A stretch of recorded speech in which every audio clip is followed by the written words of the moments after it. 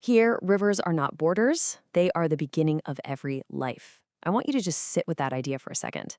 In so many places, water divides us. But here, before the land even awakens, this is a place that literally rises with the water. The rivers carve the land, they carry its stories, and ultimately, they return them to the sea. It's this incredible rhythm that has entirely defined a nation for centuries.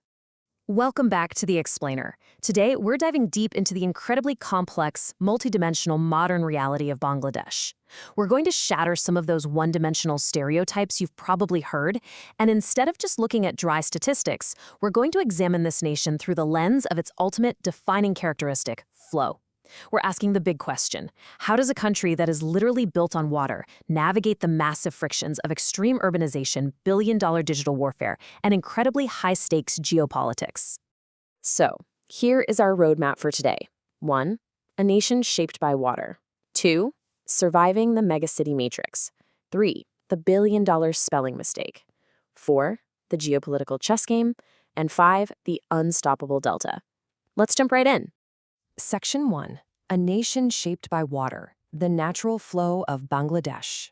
Now, before we get into the concrete and the gridlock, we really need to understand the quiet, steady pulse of nature that forms the very bedrock of the Bangladeshi identity. Just picture the breathtaking natural diversity here. Down in the southwest, you've got the Sunderbans. It's this massive, constantly shifting forest where ancient mangrove roots rise right out of the mud, and Bengal tigers walk with the silence of dusk. Life here entirely balances on the tide. Then drift over to Barishal. Here, rivers literally become marketplaces. You have farmers paddling through these shaded canals, trading green and gold guavas from floating wooden boats. And up in Sylhet, the landscape just folds into mist and emerald tea gardens, where the whole rhythm of life slows down to the careful plucking of leaves. You see, people here don't build walls against the water. They build ways to live with it. And that perfectly illustrates our core concept today, flow. In Bangladesh, flow isn't just about hydrology or physical rivers. It's the absolute best framework for understanding the people. It's the rhythmic movement of life, commerce, and nature adapting to constant, unpredictable change. It's literally the foundational heartbeat of their resilience. Moving on to Section 2, surviving the megacity matrix, the restless river of Dhaka. Okay, I want you to take that concept of a quiet flowing river we just talked about and completely replace it with the deafening blast of a train horn, the smell of exhaust, and visceral, unyielding gridlock. 20 million. Let that number sink in. That is the unofficial heartbeat of Dhaka. 20 million people packed into a metropolis that's widely considered one of the most dense and, frankly, unlivable cities on Earth. The roads here weave through the city like these restless rivers of metal and light. And the friction here is absolute. The sheer scale of the urban struggle in Dhaka is honestly mind-bending. You've got over 1 million rickshaws, many of them man-powered, navigating what's often described as the world's most dangerous traffic. You have 10-year-old kids surfing on the roofs of moving trains, earning literally just dollars a day collecting plastic or selling snacks. For them, the transport system isn't a commute from point A to point B. It's a literal survival marketplace. And the friction of all this gridlock, it's incredibly costly. I mean, it stops friends from even seeing each other across town, and it costs the Bangladeshi economy over $3 billion annually in lost productivity. But here's the thing, the flow of the city never actually stops. It just endlessly adapts to the chaos. Section 3, the billion-dollar spelling mistake, digital flow and the ultimate interruption. So Bangladesh isn't just a place of physical friction. It actually boasts one of the fastest growing economies in the world. Let's pivot to a story about digital momentum and what turned out to be one of the most audacious heists in modern history. Back in early 2016, hackers decided to target the digital flow of the Bangladesh National Bank. And we have to walk through how brilliantly sinister this was. Step 1. A simple phishing email with a fake resume opens a hidden backdoor malware channel right into the bank's network. Step 2. The hackers didn't just smash and grab. No, they sat there for a whole year, just silently watching how bank employees logged into the global SWIFT system. You know, the highly secure network banks use to transfer billions. They learned the exact keystrokes, the timing, the phrasing the staff used. And finally, step 3. They prepared to disguise a massive $951 million theft from the New York Federal Reserve as just routine charity transfers to the Philippines and Sri Lanka. Now watch how the timing of this heist builds, because their manipulation of global time zones was kind of a dark masterpiece. They struck on Thursday night in Dhaka, right as the Bangladeshi weekend began, so the local offices were empty. But it was Friday morning in New York, meaning the Federal Reserve was wide open and ready to process the requests. And by the time anyone might notice something was wrong on Monday, the banks in the Philippines, where the money was headed, were closed for the Chinese New Year holiday. It was this perfectly calculated 4-day window of total silence. So their request went through, the money started flowing, $81 million vanished into the Philippines. But then, the ultimate friction happened. And it wasn't a state-of-the-art firewall or a genius cybersecurity team that stopped a billion-dollar theft. It was a typo. Yes, literally a typo. When they attempted to route $20 million to a Sri Lankan charity, the hackers spelt foundation as fundation. They straight up forgot the letter O.